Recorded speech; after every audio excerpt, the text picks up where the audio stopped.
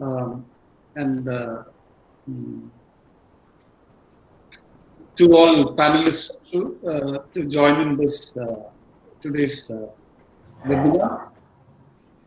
In fact, I'm into logistics for last 23 years, and we have been experiencing a lot of changes in this field. Presently, I should say the logistics field is advancing.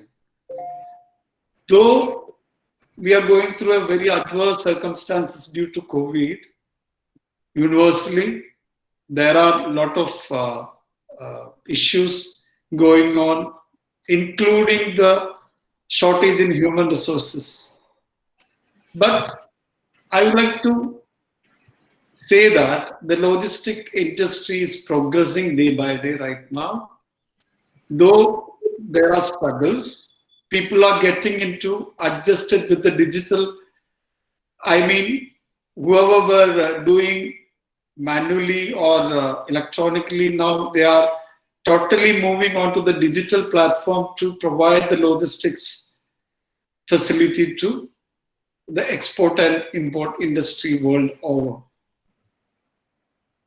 And presently we are talking about the last mile delivery. We were talking about earlier supply chain management. Now, not only supply chain management, adding on to that, everybody is talking about the last mile delivery and first pickup and last mile delivery. I mean, door to door services of even a small parcel, as he said, from needle to windmills. It's on moving from the factory to the door, meeting the last mile delivery. That is the way logistic field is coping up with the circumstances right now. And also, all of you must have heard of blockchain system. There are many platforms have come up with the blockchain system where the transactions of any kind of business, I mean, import, let it be import and export, it is, you will have a fact-finding system. I mean, no one can bluff you while you undertake any logistics transaction, whether it can be import or export by air or sea, by bulk or by a project. All these being are recorded through blockchain system where you will have a live data or the right data on your table with the flow of chart. I mean, when it has been started, when it has been delivered, completing all the process of in the supply chain management or import and export. As you know, it's a big platform. It's not controlled by a person. The logistics is, it's starting from, production, then packing, then transportation, meeting statutory requirements like customs clearances, then GST compliance, then choosing the right mode of transport. That means either it can be by road, by air, by sea, or by a bulk vessel, depending upon the size of the cargo. And moving on to the other country, they're meeting up all the statutory compliances, then arranging transportation, suitable transportation, and delivering to the consignment. So all these things are happening on a time-bound basis with a, custom-made solutions. It cannot be, you cannot just throw the ball on the wall. It cannot be. We have to have, we all are following SAP system right now, SAP supported system or digitally supported system. So the commitment and the communication, these are the two major factors, where when we provide the service to the companies are based on basically. So communication is very, very important. It's a backbone of any logistic industry. Then commitment. Because of most of the international companies, MNC companies are working on the penalty clauses with their LC. Like GE and all, they put on the penalty clauses on the LC while opening. So it's necessary that we meet the commitment of delivery time with a, cost which we have already uh, or quoted to the shipper or consignor, whoever it may be. Means it has to be economical as well as time bound. That is the present scenario in logistics industry. Right now, there are issues we are facing due to COVID.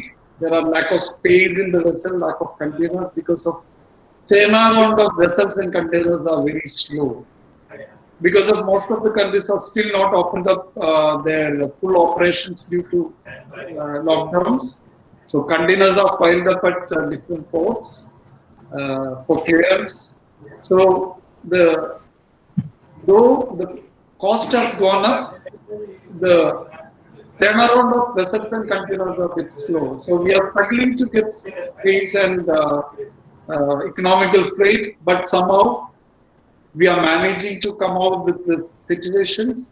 And future looks very bright for logistics industry because of we are now talking about global. We are single global village, not like a scattered country.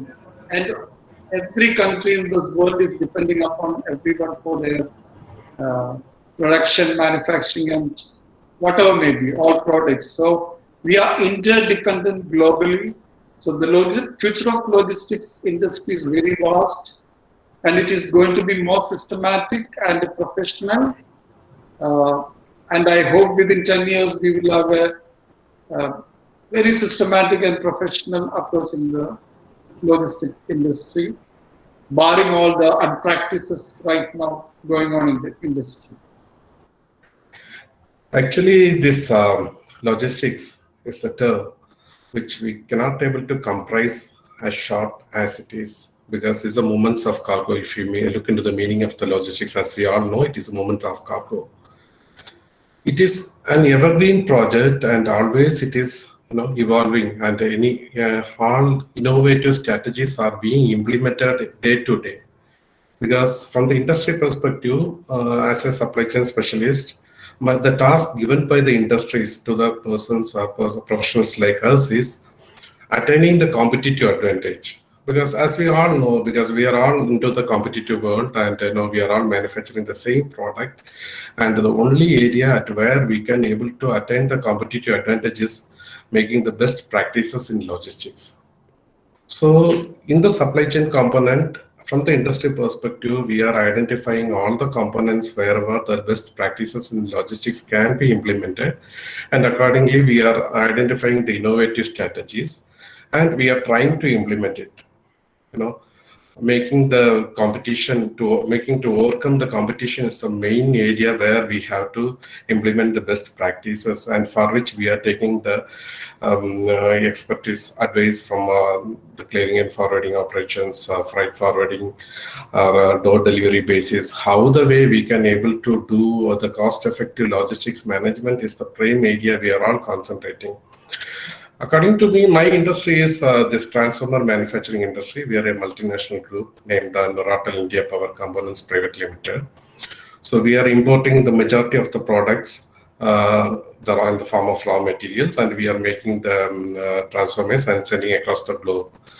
Here, the challenge what we are facing is getting the right material at the right time at the right cost is a really challenging, because we have to coordinate all the aspects of the logistics and then procure the material and make it to be available in time, and then we keep the proper warehousing, then the production has to be planned, then the packaging activities has to be made. Then more importantly, so far all the manufacturers are doing the same thing, but only thing is where we can attain the advantage is whenever we are making the shipments, that the freight cost has to be bargained and we have to get the best freight cost. The handling expenses has to be minimized. Then the loading and unloading activities has to taken care. We have to be way more vigilant that the product should not reach much in time or not later.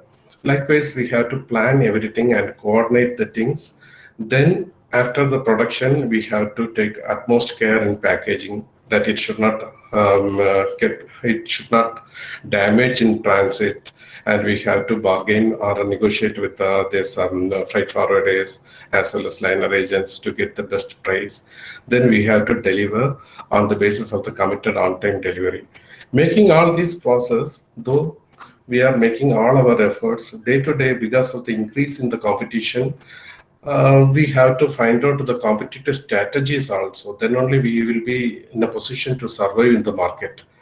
So the innovative strategies every time, every quarter we are reviewing what are all the possibilities, where are all we can able to make a better strategies. Likewise, we are planning the things and implementing into our operation. That is how we are managing the things. When it comes to the perspective of the logistics, it is an evergreen industry, and every day, because of the innovative strategies which are all being implemented, day to day, the potential opportunities in terms of the employment as well as the scope of the performance are all increasing. So it is a evergreen industry, and lot of potential projects are being brought up by government also. Actually, the main area where in Kerala we are facing is the lack of hinterland connectivity, as well as the port modernization and all. And now the government is taking the initiative to develop the minor ports as well as intermediate ports as well as the major port also they are setting up. All those activities government are also supporting. Of course, we are having some bottlenecks in getting the qualified professionals in the field of logistics and supply chain also. But in the down the line of 10 years, of course, it will also get increased, and we will be having sufficient qualified professionals also in our field. So on the whole, the more and more the business industry are improving, the more and more the potential for the scope for the logistics also getting increased. That is what, from my perspective, from the industry perspective, I have no question to explain to you. So my point of discussion, which recently I was interacted with the logistics industry experts. So we were talking about all regular consignments. So here in India, there were experts who is very specifically getting ready of handling certain specialty goods, the goods called as dangerous goods and hazardous goods. We call it as CG in according to the International Logistics Science. We call it as a hazardous goods either or by dangerous goods. So here, according to the market study, there was an index shared by the recent expert panel experts. Compound annual growth rate index says there is a market growing for hazardous goods logistics industry as by 5%. It is to be reached by 2026. So it was an inspiring idea which we got when we were attending all these programs in the logistics industries by the specialty experts. We understand that India was lagging behind in not participating in this handling goods of dangerous goods, particularly many countries like France and Germany, Denmark and Switzerland. They're all experts in handling this type of hazardous goods, or else we call it as dangerous goods. So India is also getting prepared. When we say in marketing science, we call it as a niche market. A niche market, we all understand that it is an uncatered demand.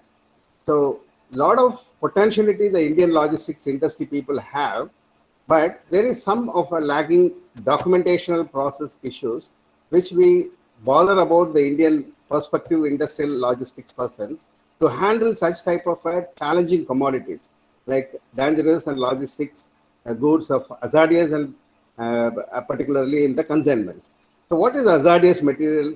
Let me explain what it is hazardous according to the customs explanations and the international laws. Hazardous or dangerous goods compromises of materials like explosive, flammable, radioactive, corrosive materials, oxidizing materials, and pathogenic materials, and biohazardous like any of infectious virus or something like, and toxic materials, allergic or asphyxiating materials, which we call it as, which all scheduled under the international law or international consignment goods as a hazardous and dangerous goods. As such, India is also exporting, or India is also importing such type of materials, but not by the help of the Indian logistics industries. They take the help of which the country which I was spelling out, like Germany, Switzerland. They make a money like of handling these goods, because in the projection, there was a recent market study says the market size of this hazardous and dangerous goods is going to be expanded in 2026 nearly about 5%, I told you, as CAGR report, but it is the value of $3 billion US. So India is also preparing the industry of logistics and experts of logistics to take participate and to involve these industries from the India to handle such a hazardous and dangerous goods. So in near future, I hope that the futuristic industry of Indian logistic industry is going to take very bold decision of taking them in participation in hazardous and dangerous goods handling procedures, handling goods, and definitely this industry, particularly Indian industry, logistic industry, is going to get a revenue. As what Professor Chandrasekhar was also saying about by our experts sharing, saying that how to make our students to get prepared of phasing out the new futuristic perspective. Our students now, they were all by the academic and other trainings, we nurture them in the regular format of logistic industries. But now this is the right time. We have to turn them into a new directional niche market area where these logistic students can also specialize and know about what are the formalities, what are the procedures involved, and what are the constraints legally or economically constraints, or international consignment constraints to handle particularly the market of hazardous goods and dangerous goods.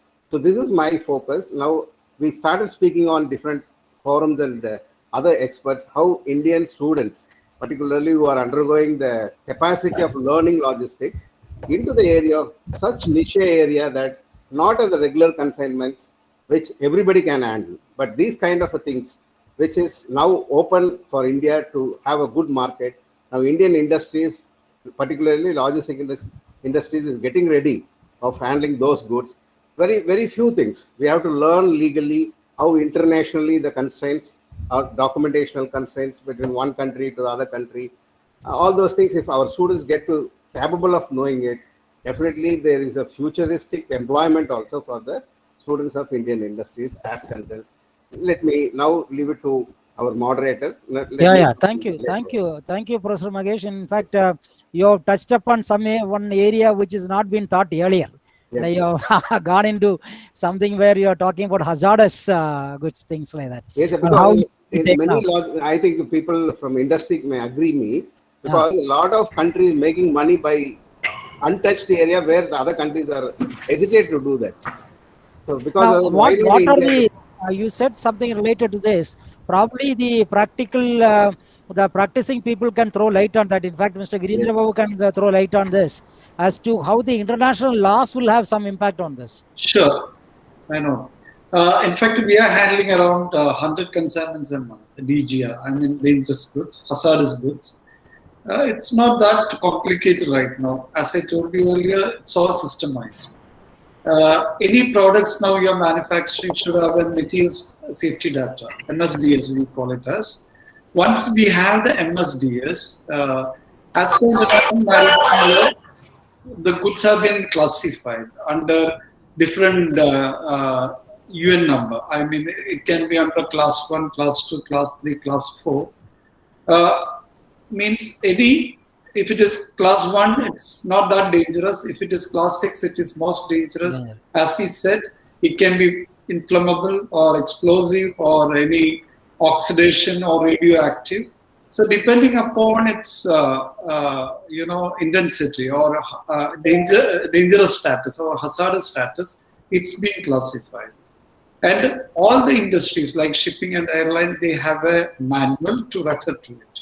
So the moment you provide this MSDS, material safety data sheet to the, suppose Mr. Kumaradas is having a dangerous goods to be exported to any of the country.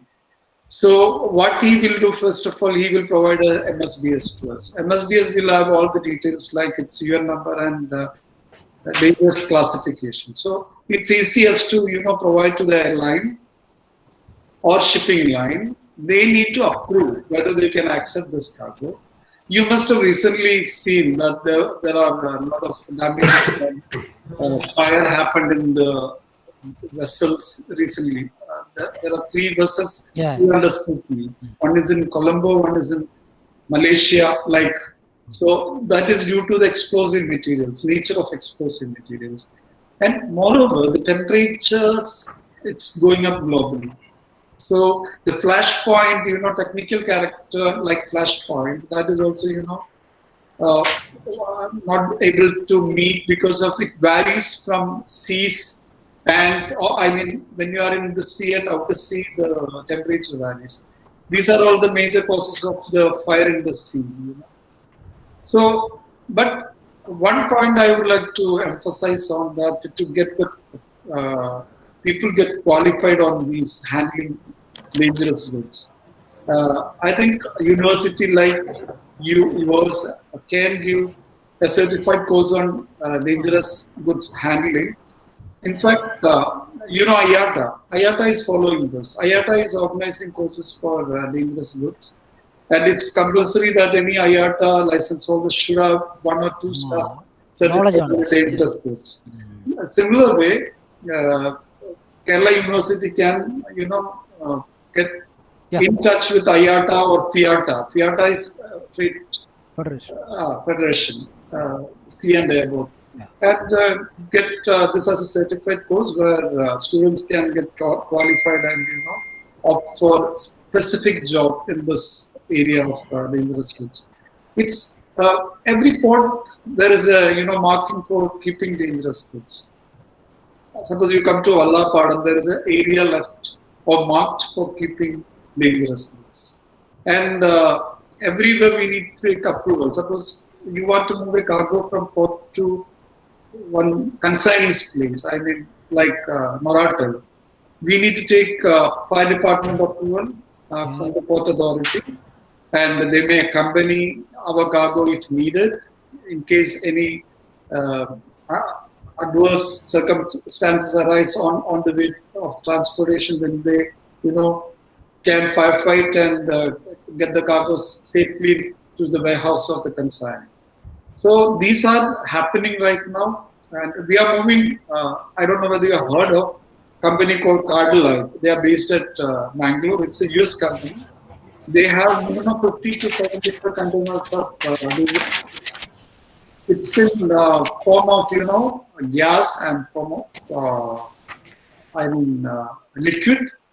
We are carrying liquid cargoes also. Liquid cargo that is packed in flexi bags. We use flexi bags exclusively for carrying liquid cargo or ISO tank containers. These are the two methods we use to carry this dangerous goods. Also in drums. Drums means with certain specifications. So we do handle. There are a lot of cargoes moving in and out of India right now. Dangerous goods and hazardous goods. Of course, I can throw more light on than when it is. I know. The passion with which you are saying itself is very clear. I think you have so much of experience in doing this particular area. Definitely, you have a lot to say. And now, as I understand, Mr. Girindra Babu is about to leave. If there are any questions which anybody would like to ask, you can post a question now before we come to Professor Chandrasekharan. Any student wishes to ask any questions? Yeah, welcome. We'll have 1 or 2 questions and then we'll move on to Professor Chandrasekharan. Can I? Yeah, please. You can support. Thank you, Giridharan sir. Thank you for making more of. Do we have any agents in India, sir, for certifying? That's right. IATA is one of the who gives the certified courses in this dangerous goods handling. IATA. IATA. Yeah. Which is basically into tourism. So I think we need to also look at this option. Since we are also running program on MBA tourism and related programs, we could actually join hands and then come out with something new. That's right. IATA is it's an airline association. Oh, you are talking from the airline perspective. Airline cargo handling, and we apply the same system for shipping industry. And right now there is a rule that every factory who's manufacturing hazardous items, they should have a specialized person to handle this. Correct. Yeah. Now that is needed. Certified person. So which means the certificate is essential for appointing. Right now it is essential. Right now it is essential. Yes, any questions please? Anybody would like to ask question? Okay, then that's fine, sir. That's fine. Thank you so Thank you very much. much. Thank you, everyone. Thank you. Thank you. Thank Thanks you. a lot Thank for your support and encouragement to our program.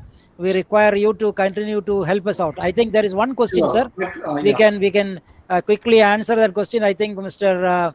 Ajim has asked a question. He says, "How can we reduce the complexity in logistics system?" He feels that there are a lot of complexities involved in logistics. That is only through the professionalism and system, nothing else. It's we are operating through many platforms, so all the authorities or the person who is involved in facilitators, I should say, should come together and do it. And if you ask Mr. Kumaradas, he will also say that things are not complicated. It is going on with the system properly. Okay. When there is a complication, we get into the troubleshooting immediately. Okay. We take only 24 hours to sort it out. Only the thing, you should have a product knowledge that you attain through the proper experiences. By reading the books, you may get more complicated, but once you have a hands-on experience, then it's very easy and to handle and solve issues. Finally, you'll be very happy after solving these issues. And do you have sort of SOPs in your system or something Yes, like that? we have a SOP.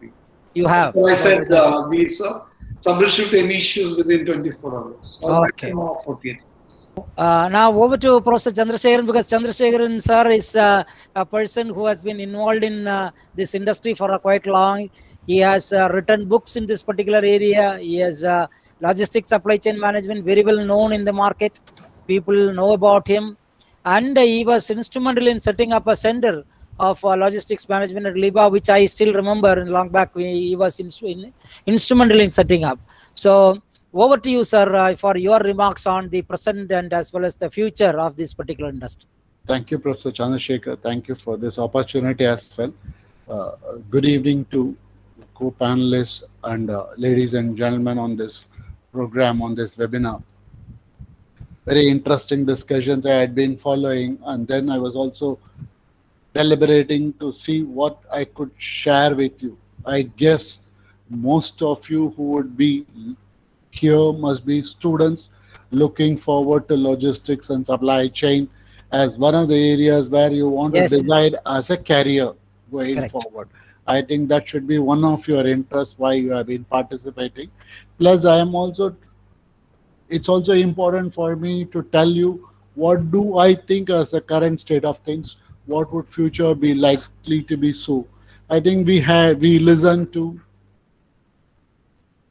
some of the aspects already. For example, HR being important, human resource, people skills going to be very important in this domain.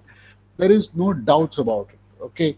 Say, I used to jovially tell 30 years back, people who had a high vocal cord who can shout, people who had a strong shoulders can choose logistics profession because you have to manage truck drivers and warehouse operators. Today, no longer that skill set is required. You have to be very, very good in analytical skills. The business in last 30, 40 years have changed completely, as rightly pointed out by Mr. Kumardas. I think its competition among firms is more on supply networks and ability to reach customers. So I think that you have to understand from effort related skill set to application and analytical skill set has become very, very important. That's first change which has happened. Now, where are these two going to impact? The two are going to impact on one. There has been a technology explosion. There is huge data being available. With the data being available, we need to understand the meaning of this data, arrive at the right kind of managerial decision. So the first skill set you may have to have is how to synthesize the data and how to make meaning of the data. Okay, I know blockchain was talked about here. Blockchain is certainly an aspect, but beyond blockchain, I think even if you have to look at the ERPs, the middleware, and many other things which are, all of us have got tremendous data, but how is the data being used for betterment of serving the customer? Please understand, supply chain is all about serving an ultimate customer, right? So is the data helping to create more value? So I always talk of two concepts: value creation and value appropriation. One, you have to improve the value creation. Second, there must be fairness in value appropriation. So, supply chain professionals will have to do this. The main difference between logistics professional and supply chain professional, I would say so, though mostly it is used interchangeably, is that a logistics professional is more an introvert who looks at from his firm, his department, whereas a supply chain professional looks across the network. So he must be able to optimize across the network. So the human skills, the team related skills, human skills, while using the data is going to be important. So trust, somebody talked about SOP and all, trust, documents, use of documents, contracts, and more importantly, the ability to work the right kind of numbers and convince the partners across the supply network that the value created or rewarded appropriately is very important. So these skill sets is going to be important, which will be driven by data and human aspect. Second important aspects which I would like to tell you is that management is about three things. One is understanding the P&L and balance sheet, look at the numbers. Second, understanding the model, input, process, output, whether it is a mathematical model or a logical model or whatever it is, you have to understand that. And the third is communication. As logistics professional, I think you must be very a supply chain logistics professional. You must be comfortable in model building. You have to limit the exogenous variable, what is outside the system, reduce the system to few endogenous variable, arrive at this decision and take that decision out and implement. We are seeing today we are seeing a lot of discussions happening about COVID management. The problem is, what is somebody's endogenous variable is somebody else's exogenous variable. So the inferences are not matching, but decision makers cannot work like that. Decision makers will have to freeze the model, choose the right kind of tools. Well, if you are good in using mathematical tools, welcome. Even otherwise, try to understand standard packages, use those standard packages, and arrive at decision making and communicate the decision very well, which is very critical. So these are broadly from, I would say, as a carrier forward, you should look at it. But there are other areas where lots of changes is happening, which you should be aware about. I think Dr. Mahesh brought a very important point about dangerous and hazardous goods. Dangerous, hazardous goods, bulk movements. A country like India, where agriculture plays an important role, okay, no, we are good in chemical. So I think these are all going to be critical. When you say bulk, hazardous movement, the logistics infrastructure is a limitation. I think all of us saw this again in COVID. Oxygen supply was in Eastern India, the demand was in Northern and Western India. Cryogenic containers, how do you move it? So some of you must be watching YouTube. There is a beautiful video on how an oxygen plant was brought from Germany, flat 4 days, how they implemented and started getting in supplies for 500 plus people in Delhi in flat 4 days using the largest cargo carrier. Okay, so those are all the excitements in logistics. I think if you really look at it, understand the logistics infrastructure, get into some basics engineering part of it, try to mix with common sense, and how do you can really work on some of the, it will keep coming. You see, I don't know how many of you noticed in the last month, we had on the West Coast a cyclone hitting. Immediately after a few days on the East Coast hitting. Look at the challenges of supply chain industry they would have faced. So ability to act on the feet, managing the infrastructure to serve the ultimate customer is going to be important. So as young logistics professional, you must take excitement in working on those areas. It is truly an operations job and a 24/7 job. Do you have the energy and excitement to do is what would matter. I don't know how many of you have looked in last 15, 16 years. I'm sure Mr. Kumar Das can detail more. Last 16 months in India, we had lockdowns, unlocking, in different parts, warehouses in being multiple locations. Simple thing, as simple as pharmaceuticals. How did the supplies manage? How did people operate? How could they manage this? And warehouses where you have migrant laborers working in warehouses. How do you manage this movement of migrant managers and still make it functional? Well, people are susceptible to falling to COVID. I know in warehouses, the companies where I'm involved, many people fell sick. So where is the shadow resource available? So these are all the real excitements. If you are looking for those kinds of excitement in life, I think logistics and supply chain is a great domain to be there. I will just touch upon one last point before I close. I don't want to be overdoing my talk. Mr. Giridharan mentioned about optimal outlook beyond some time, optimistic outlook beyond another 3 years, 5 years. I'm happy about it. I'm really happy to hear. Okay, there are already people are talking 2025 and all is going to be a great year. Never realized the kind of fortunes are going to happen. It's all being discussed if you go to open source, you'll see. Well, we need to understand, we look at a very positive future, but we have to survive the crisis ridden today. You have to survive that. Okay, I think that's something very important. You must know how to handle this.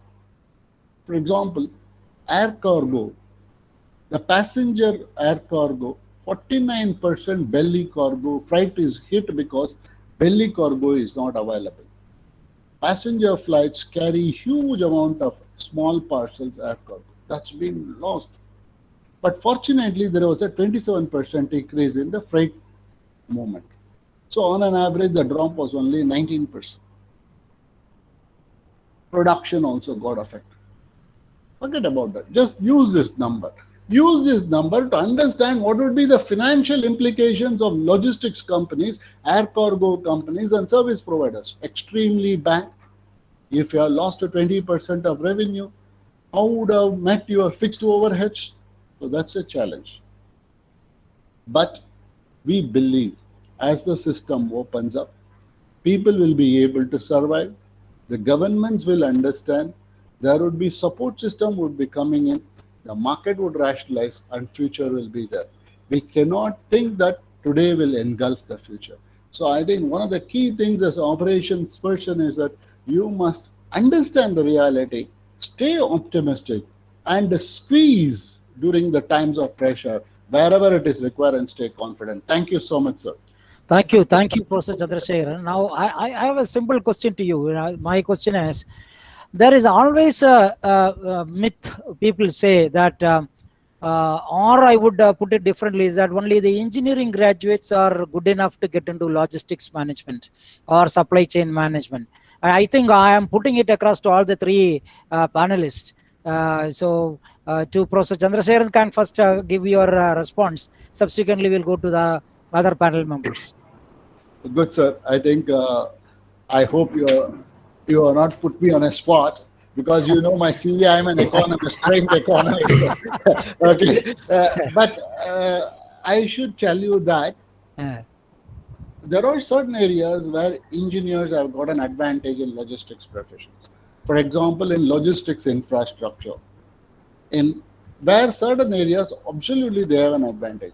But there are certain areas where I think as a manager, see, people from different functions can bring in. For example, as I told you, today with a 32 to 40% growth in e-commerce, especially after pandemic, ability to manage people and delivery system is key. Okay, I would request especially the students here, if you have not watched this documentary movie, please watch The Age of AI. Yeah. It's a beautiful movie, 2-hour movie. Please watch The Age of AI. And you can also watch another movie, AlphaGo, okay, which tells you that in future, many decisions could be taken over by computers, okay. But doesn't mean that human is not required. It doesn't mean the skill set only on training the computers to decide is what going to matter. Okay, I think when you watch these two movies, you will understand why we need to coexist. So I would say to your answer, not necessarily engineers, everyone in the system of logistics. Under logistics is at the end of the day, it's a cross-functional effort. No, I think supply chain is cross-functional effort.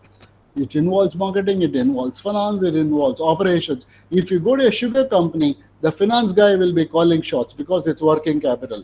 If you go to FMCG company, the marketing guys will call the shots. If a capital equipment company, the operations guy will be calling shots. But those days are gone. Today there need to be a supply chain professional who need to be able to work along with this. All this three is my view, sir. Thank you. Thank you, sir. Thank you. What is your opinion, Mr. Kumaradas, please? Yeah, in fact, sir, I would like to say, because if you look at the advertisements called by these employers, they used to invite the candidate who are having the engineering as the bachelor degree plus MBA in so-called discipline, either supply chain or marketing management, whatever it may be. But for the domain, they were choosing so. But as Mr. Chandrasekhar sir rightly stated, the era had changed. Now, people, more and more activities are being under the information sharing process as well as the IT infrastructure process. So there is no need for a supply chain professional to be an engineer.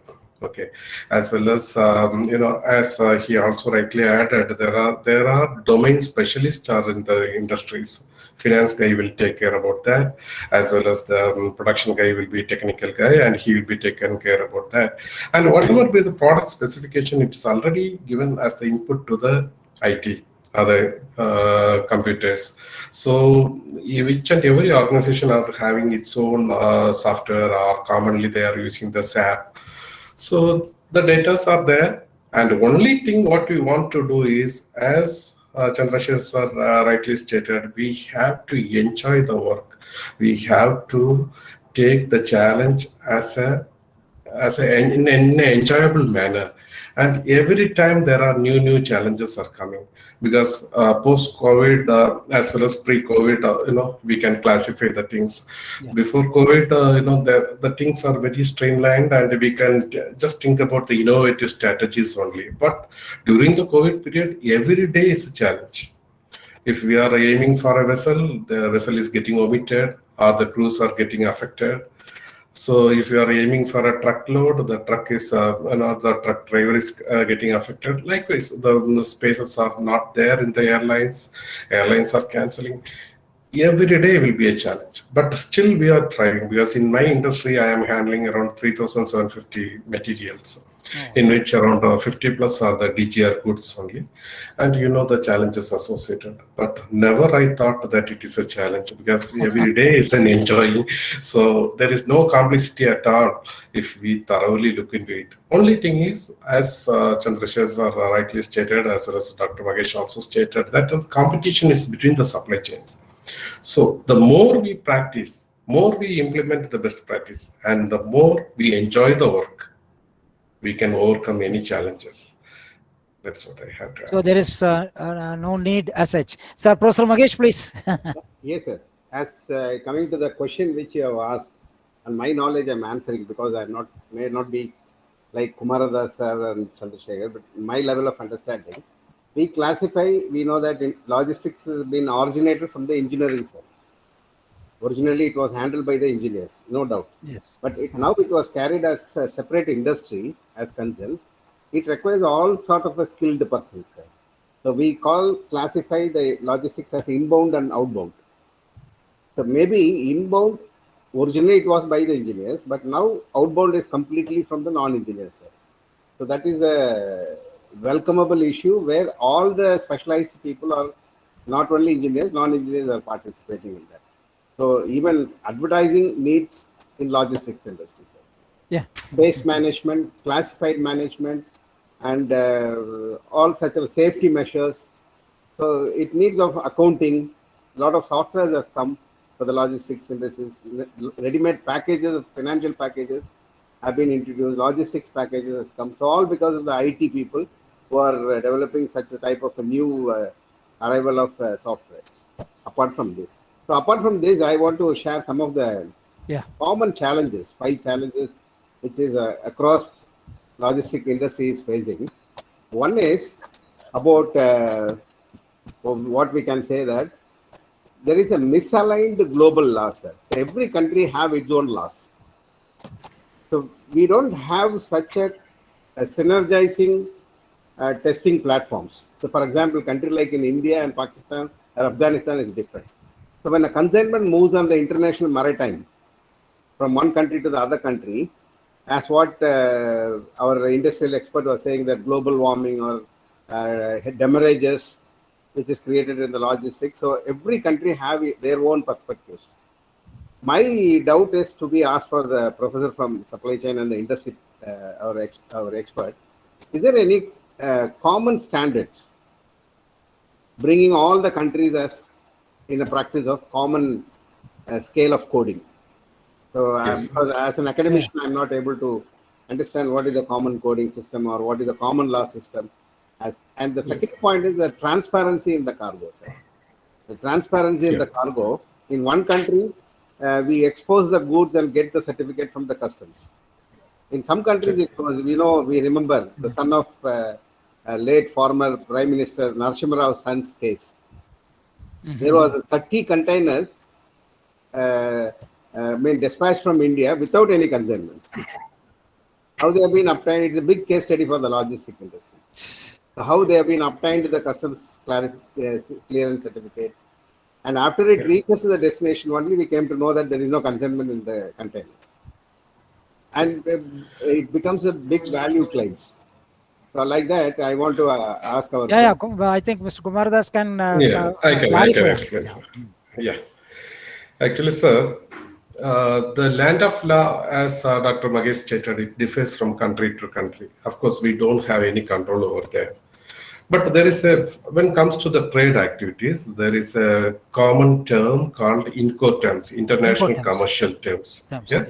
So it will talk for itself. There are several terms are there. If the term mentioned is CIF, that is cost, insurance, and freight, means the seller has to dispatch the material till the port of discharge at the buyer's end. That is the term can be derived into two. One is port of loading as well as port of dispatch.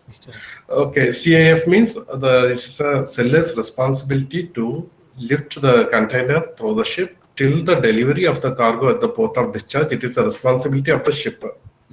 Very similarly, DDU, DAP, FOB. FOB means free on board. Around 12 Incoterms are there. So while making the procurement process itself, the buyer and the seller has to come to a contract by abiding the rule of law, which is common in the international, like Argo Lime or Incoterms. All those terms can be included in the purchase order, and they can place the purchase orders accordingly. So whatever be the customs rules in the ship-based loading point, or when it is coming to India in the Indian perspective, things are beyond the control of the buyer and the seller. Okay, that is called maritime fraud. For the question what you had asked, the 30 containers had been shipped and there is no consignment within it. This is called maritime frauds. There are n number of cases are there. While answering to your first question, that when the containers are getting shipped, whatever be the land of law is involved, it is not applicable when it comes to the trade. And in the voyage also, the International Maritime Organization is having its own common law. Because if it is a 20-foot container, what will be the weight restriction it should have? Like if it is 18 tons or 20 tons, you cannot able to exceed beyond that because of the limitations monitored by the International Maritime Association or International Maritime Organization. Like it is like safety of law at sea, SOLAS. Like several systems are there to monitor all these aspects. So when it comes to the trade, we do not want to bother much about all these aspects of the land of law, the rules in the appropriate land. And only thing is the common international terms are applicable. Okay, to overcome the maritime related frauds, the banking experts are implementing several aspects. Like there is an agency called Mercantile Marine Department who is taking care about all these kind of fraudulent activities involved, as well as the insurance companies are taking care about these activities also. But of course, whatever be the measuring mechanism, as I stated that this logistics is an innovative project, innovative task, and each and every time whenever we are practicing the logistics, we are facing a new challenges always from the industry perspective, what I had experienced so far. And of course the same is applicable to this to the operations involved in the freight forwarding also. Lot of challenges are there. To overcome all these challenges, of course there are common international laws are available, and we can regularize it and overcome these kind of challenges to certain extent. Not fully, I am saying. I think I answered your question. I think so. Now, there is a question which Professor Chandrasekharan can go ahead and answer, sir. He says that, the question is from one of our research scholar, Harish Kumar. He says that Yes, there are natural calamities. Cyclone. Natural calamities. How do you manage if there are certain things? What impact it will happen? Yes, sir. Please. Good question. I think since you mentioned the person to be a research scholar, I would advise the person to read on how Cisco handled tsunami in north and east of Japan. Okay, Cisco. Please read that there is an open source case. Cisco buys most of the material from this part of the Japan. Okay, so if you really look at it, if the tsunami was to hit around 9 a.m. in the morning, Cisco all 100 supply chain managers met in a war room at 12 midnight. At 12 midnight, contacted every supplier, contacted every requirement, and made an immediate alternate plan. So this is the requirement to operate on contingency, ability to build a contingency plan and show your agility is very, very critical. You cannot stop the nature hurting you, but you have to see how do you respond to that. I think that's where the strength of the logistics professional is there, correct? I would request Harish Kumar to also look at very important thing which is happening in India, which every Indian must be proud of. There is something called people logistics. You are familiar with people logistics? Managing movement of people. Odisha, 15 years back, may have recorded 10,000 people dying when a tsunami hit. Today, nobody dies in Odisha. Do you know how? They are able to lock, stock, barrel, move all the people before it lands the surface. So that is the strength of logistics. Work with meteorological department, work with on prediction, create a contingency plan, and evoke the contingency plan. Sometimes you may overshoot, but that's still worth than covering up the loss. Is that clear? Sir, in addition, I think you have very clearly mentioned. In addition, Ajim has asked another question, which is again agile supply chain systems.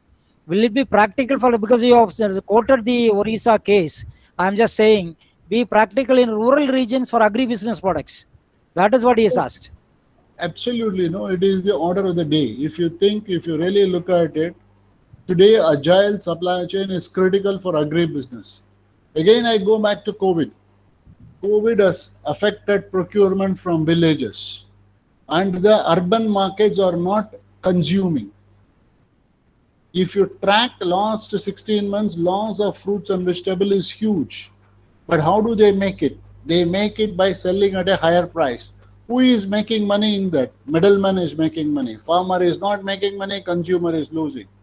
If at all, if you had a good supply chain plan implemented, people would have converted into products, people would have taken it into storages, people would have worked on alternate methodology. I think countries, companies which work on will survive in this system. Those who couldn't, they fail. I think one of the example is that of Reliance, which used that farm to fork system, wherein they have clearly followed a robust system for supply chain as such, and that actually had worked in their favor. That is what the point is. Absolutely, sir. Even somebody like Big Bazaar done well because they were all able to link it up better. Okay, whereas the wholesale market and other distributions could have been hurt.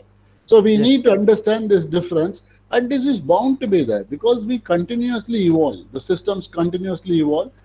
But I tell you, those who are looking for a career, please look for a career in agribusiness. Huge huge opportunities in agribusiness. So ask a simple question: how could ITC sell Ashirvad Atta chosen from best of the grains from Ganges? They sell in Tiruvalla. Correct. Ganges is in there. Yes. Ask those questions. You will understand how to work on systems. Sir, now there is another thing we talk about is with respect to some of the new developments which are happening in the supply chain or logistics area. Now we talk about e-logistics. We are talking about the application of online or digital mode in logistics as such. So probably the panelists could come out with their opinion as such. Like we nowadays talk more in terms of using RFID technology. We are also much more bothered about how do we use the green logistics. Now it has become much more important, mandatory to follow something related as green logistics. Or if you look at a company like Amazon or Flipkart, who are now also specializing in what is called reverse logistics. So what all are going to be the new area where changes are going to happen in a very fast manner? Yeah, I think Mr. Kumardas can start, and then probably since Professor Chandrasekharan has already answered question, Mr. Kumardas can now go ahead, and then subsequently we'll have Professor Chandrasekharan and then Professor Magesh. Sir, actually, I lost the question in between. Can you please repeat? See, there are new areas which are emerging in logistics. I talked about e-logistics, reverse logistics, or green logistics, or something like RFID technology, or the laser technologies, or new things which are coming in. Even packaging has undergone a lot of changes, like what containerization has gone a lot of changes. And even we are talking about people who are now, we were talking earlier about third-party logistics, we moved to fourth-party logistics, and so many things have changed. So what all are the possibilities which could happen in the near future? That's what I'm trying to ask. Yeah.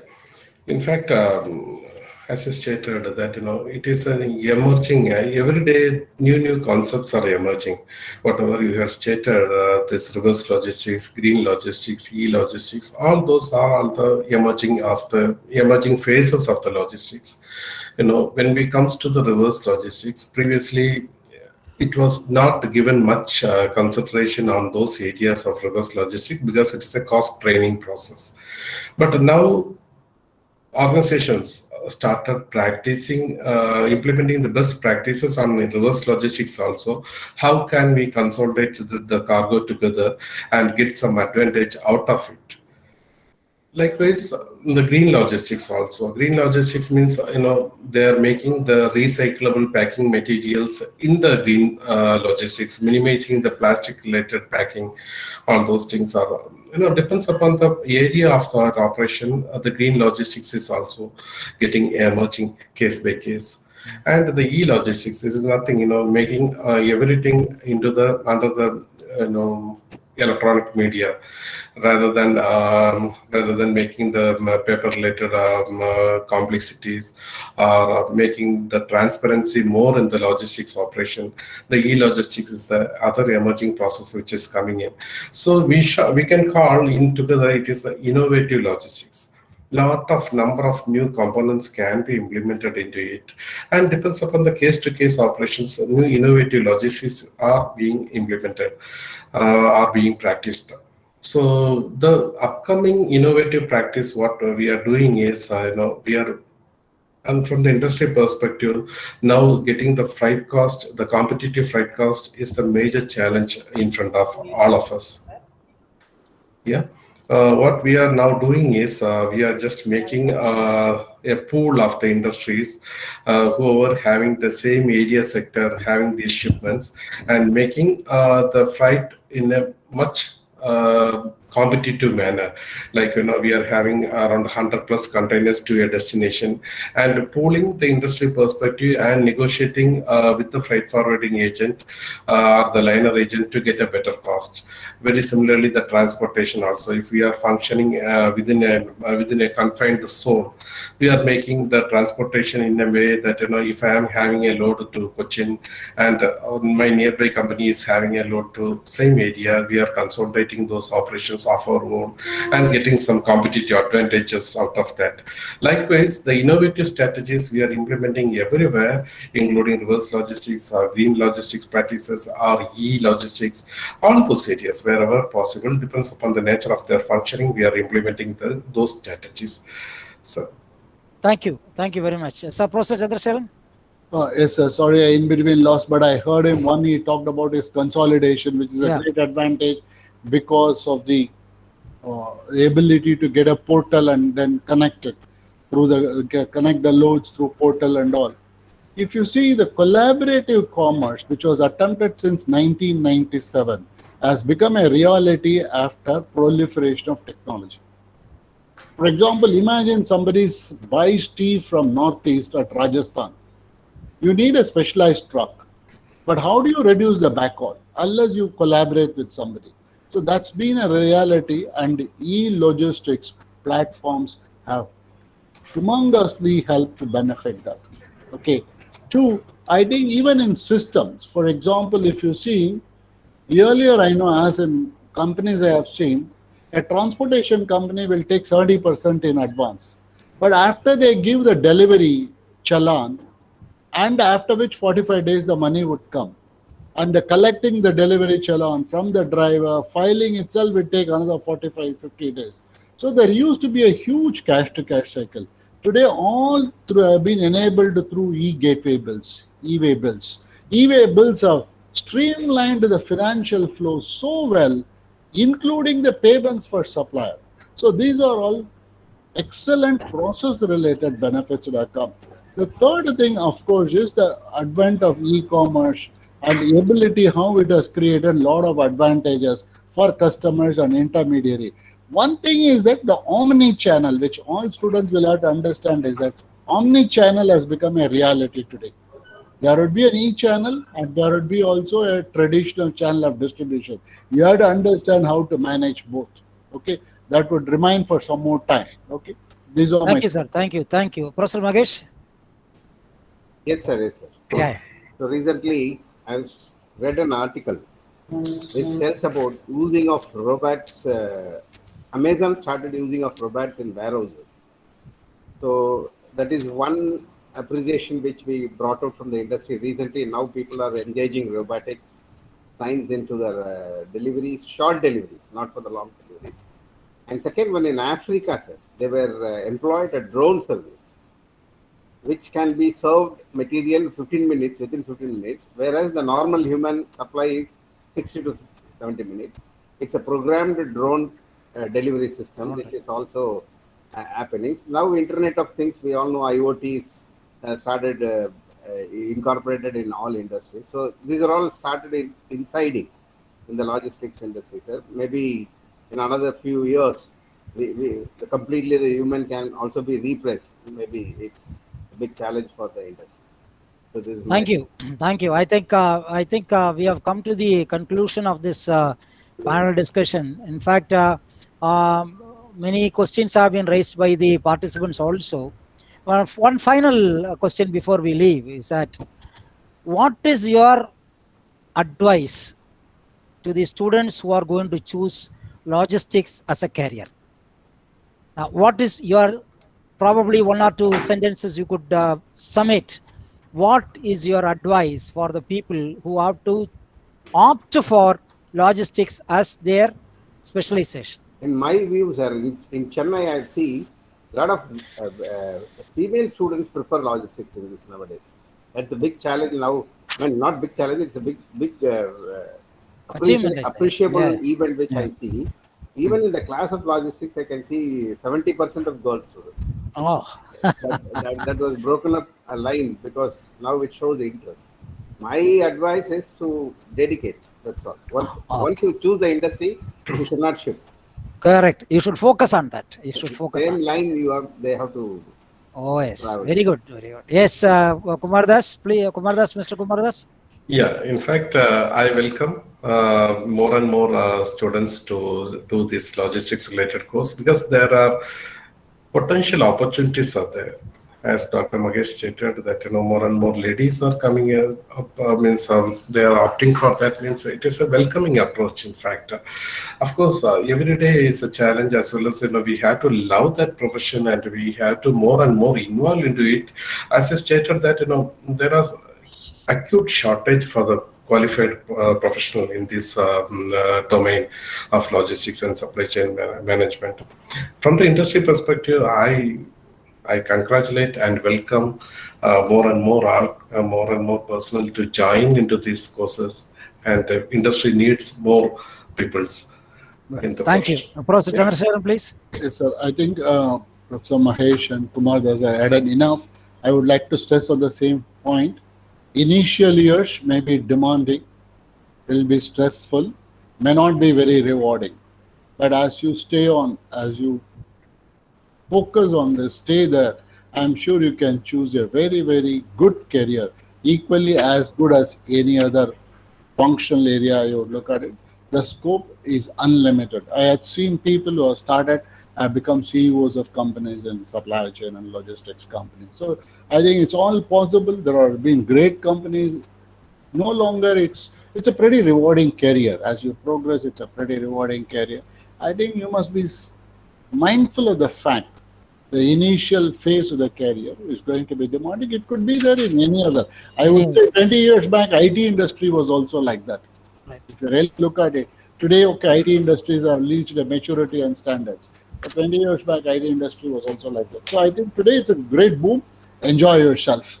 All the very best. Perfectly, sir. It sums and sums up the whole discussion we had today. Okay, And one in more fact, point. Sir, yeah, one please, more. please, sir, please. Normally, the students assume that logistics needs some machineries or high equipment. Not so, sir. Actually, even there is one woman who is collecting all the sweets from different places, sir. For Deepavali to be in US, to be celebrated by the family, one woman from India is collecting all the snacks from different places, from geographical, and they collectively she sends to the families of US. She makes a lot of profits, sir, because of that. So people should assume that logistics in all industries, in all. Okay, I think there is one question which has come for which I think Mr. Kumar Das can answer, because the question is with respect to whether is there. Yes, already Chandrasekharan sir has given the answer. It's a great opportunity for entrepreneur, but I tell you with a caution. The caution is unless you are aware of which particular sector you're going to get in, you have to be very, very careful. You have to have a hands-on experience on that. As what Chandrasekharan sir has said clearly, you need to grind yourself in the initial stages, understand the nitty-gritties of this particular thing, and then get into the logistics area as an entrepreneur. I think it will be great. Rather than being an employee, that will be a great opportunity for you. What is your opinion, Mr. Kumar Das? Yeah, in fact, becoming an entrepreneur is one of the green aspect or potential is in this logistics sector, because number of components of logistics are in need of these entrepreneurs. Previously, if you look at it, this clearing and forwarding agents were there. Then there comes a freight forwarding. Then there comes a delivery agent. Then there comes a transportation. Then, as you rightly stated, that the second party logistics, third party logistics, fourth party, now fifth party, and now it is a era of sixth party logistics. Yeah. So, from the supply chain perspective, what the industries are telling is now we have to place just an order. The suppliers will act on behalf of you. They will manage the vendor manage inventory. They will manage all our supply chain activities at all where there are potential opportunities for this entrepreneur. Because of this limited time, I am not in a position to explain in detail. But the answer to the question is becoming an entrepreneur can be always possible in this field after attaining proper experience. Okay. There are, Okay, I think that sums up and it gives a thumbs up for the sector and the opportunities before you.